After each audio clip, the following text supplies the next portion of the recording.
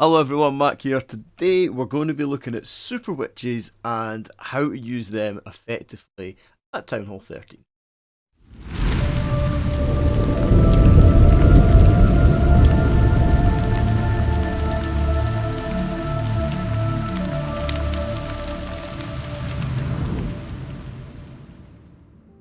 This is pretty rare. This is a video featuring 2 hits by me, 2 attacks by me, and they're both 3 stars. Incredible, I know. So, this is the first one. Well, I'll just play this one and we'll run through. So, what I like to use with super witches is zaps. Now, there is another way of doing it where you can use super witches with rages and not using the zaps. I'll maybe make a video on that sometime as well. Just let me know if you want to see something on that. It's not something I've used as much, but what you can see here, what you're doing is you're trying to get rid of, start basically creating the path in by using some zaps. Now, 5 or 6 zaps depending on what you're trying to take out. If you're trying to take out an Expo or a scatter shot, you need 6 zaps and a quake. If it's an Infernal Tower, then you only need 5 zaps. So you can see I've got the Warden Walk forming over at 9 o'clock, and then up at the top of the base I've got the King down to tank those point defences, and then the Siege Barracks down. We're trying to protect that Siege Barracks, let it spit out as many wizards as possible. That extra troop space really helps with cleanup, and really helps with just getting this attack going on. I've thrown a super wall breaker in there as well.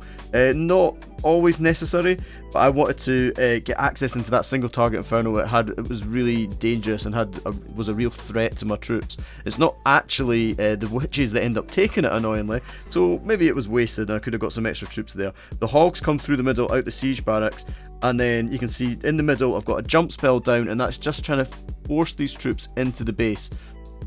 2 freezes in the mix as well, and I'm freezing defences as troops are starting to look under a little bit of trouble. So I froze that scatter shot first of all, I poisoned the CC, and then you can see I froze the Town Hall there, just trying to give these super witches time. And I was worried about what the healers, how much targeting the healers were going to get there.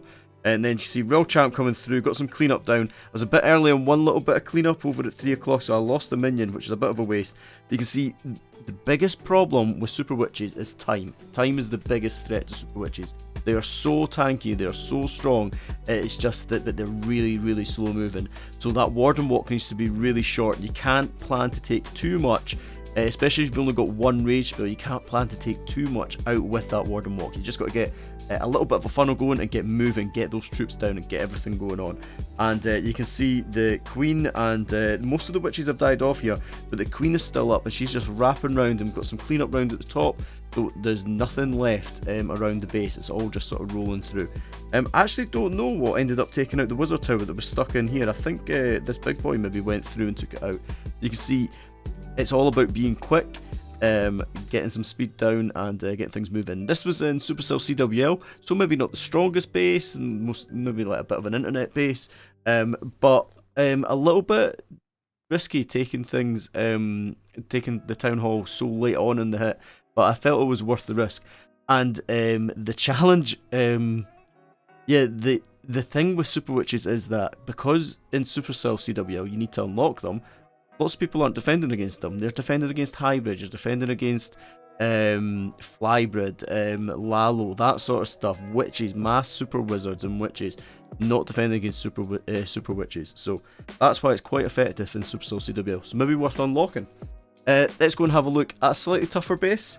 I thought I'd just spend a couple of minutes looking at what you're looking for in a base that you're going to attack. This war is in the UK War League, UK War Community Cup, being run by Shide. Really small but fun little UK only competition. I'll put a link to the server in the description below, so if you want to take part in future competitions, then yeah, I mean, you get to take on noobs like me.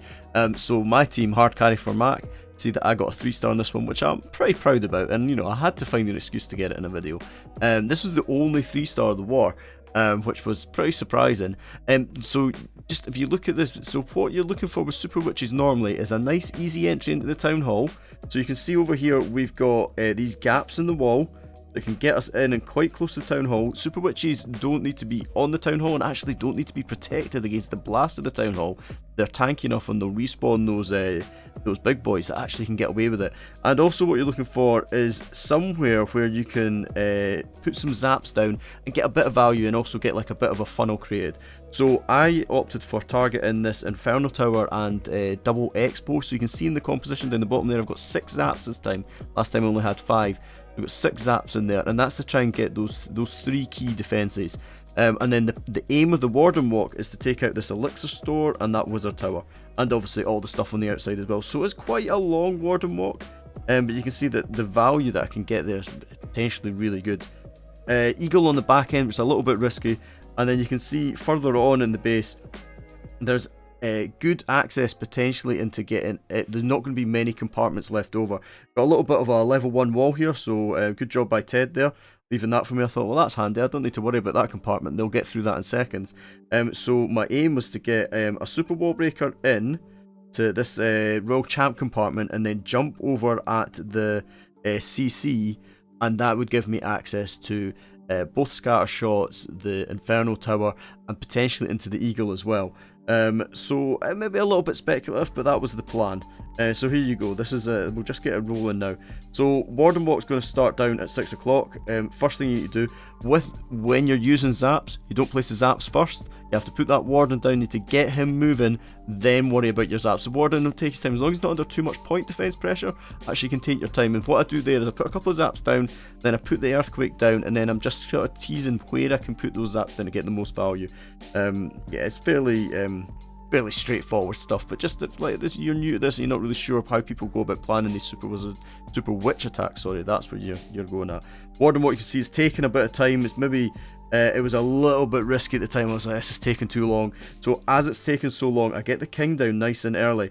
So I've targeted, actually meant to target up at the mortar, but I dropped him. I panicked a little bit because I'm a bit of a noob and I dropped him at the wrong bit. So he's down. But you can see that we've got a nice funnel created now. Now that he pops his ability, I got a single witch down there, and the rest of the super witches I'm going to put nice and close to the Warden to try and draw the Warden back up. And to be honest, they're a little bit too far away. It was a little bit risky. King starts to go down, and you can see up the top there, I've got the siege barracks down, just spitting out troops, and they're going to continue along that way. One of the super witches goes around with them, which is not ideal, but it's okay, I get away with it. And then that super wall breaker gets in and opens up that compartment. Now I threw the second super wall breaker in as well, and that was probably a waste. I maybe didn't need to do that. Popped the Warden ability because of the scatter shot that was pushing down on those witches, and you can see the jump spell is down nice and early as well. There's the second rage. I've got no freezes this time. I've just gone for all out rages and second rage just to try and keep these troops moving, get them pushing through the base. Royal Champ gets hung up on the enemy king. The hogs kind of get all messed up and go all over the place, but we're getting some value there, and they're distracting enough. And obviously, because they've got these 2 back-end multi-target infernos, they're no problem for witches, no problem really for the Royal Champ either. I probably could have got away without using the Royal Champ ability here, but I panicked a little bit and I popped it. I didn't want her to go down, and you know, like sometimes the ability pops and they go down. I didn't want that to happen. And you can see down the bottom of the base, we found a Tesla farm, found a tornado trap down there as well, and the Royal Champ picks up 1 healer, which just keeps her nice and topped up all the way around this base. And yeah, I was air punching. I was pretty happy with this. You know, opening up the attack, hitting a mega star as Ted. If you don't know who Ted is, Ted works in the background of quite a lot of the Clash of Clans scene, involved in lots of different leagues and all that sort of stuff. So when I saw that he was playing, I called before I even seen the base. I was like, I want to hit Ted. I hope you enjoyed that video. I hope that helped you understand how to use super witches a bit better. For me, I've been playing around with these for a while. I really like them. I think they're really good. They're a nice, safe strategy. A lot more forgiving than maybe like a Lalo or a hybrid or something like that. If you set this up properly, there's a really good chance of getting a really nice high percent 2-star. And I know that's maybe not what we should be aiming for, but if you play it right, you can get a 3-star. Guys, if you enjoyed that video, let me know. Tell me in the comments, like it, all that sort of stuff. Use it on Legends if you want. See, let me know how you get on with it. And obviously, like and subscribe. Cheers.